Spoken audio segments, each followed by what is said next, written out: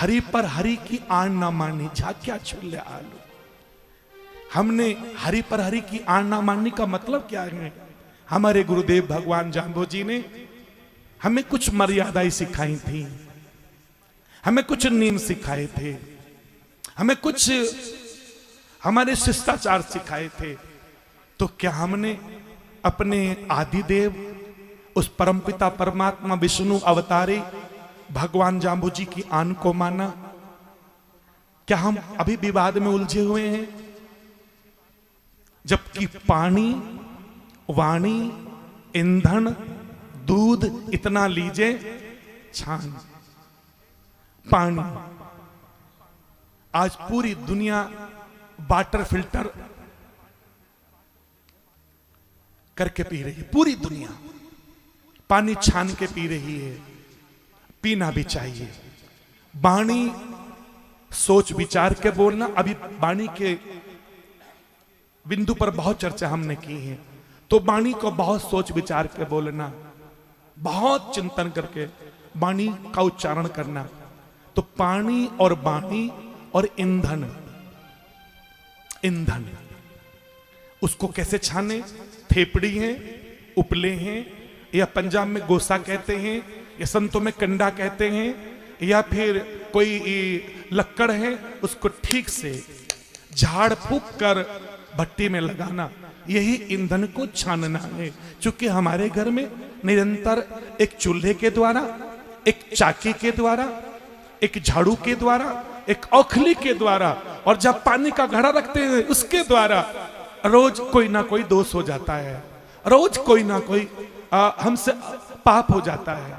इसलिए संभाल के पानी, वाणी, ईंधन और दूध। आपकी गौ माता दूध देती है तो याद करना, कभी भी अपने बच्चों को बिना छाना दूध मत देना। कभी भी अतिथि आए बिना छाने दूध गर्म नहीं करना।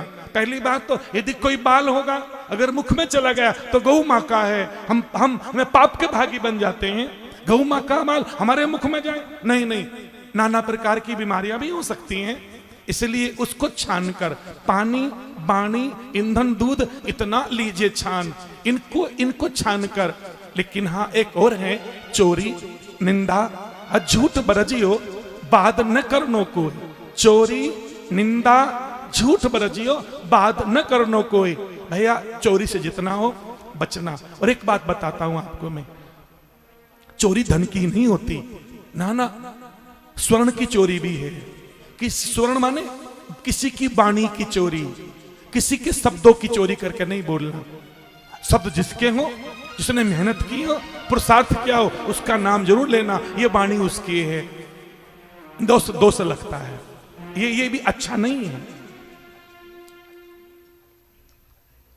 तो बहुत प्रकार की चोरियां हैं।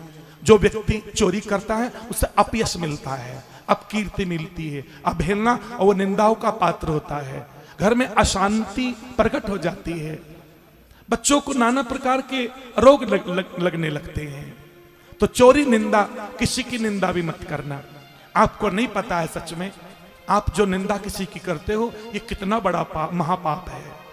आप जिसकी निंदा करते हो, शास्त्र कहते हैं और संत कहते हैं और ग्रंथ कहते हैं, ये बड़े बड़े दिव्य महापुरुष कहते हैं, आप जिसकी निंदा करते हो उसके दोष के भागी बन जाते हो और वो पाप मुक्त हो जाता है। क्या दूसरों के पापों को अपने ऊपर लेना ये बुद्धिमानी है? क्या दूसरों के दोषों को अपने कंधे मंडना ये बुद्धिमानी है?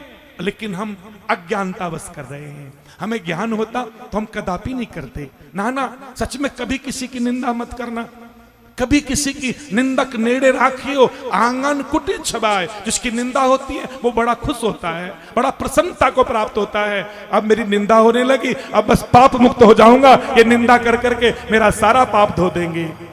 क्यों किसी की निंदा कर करके उसके पापों को धोते हो? क्यों?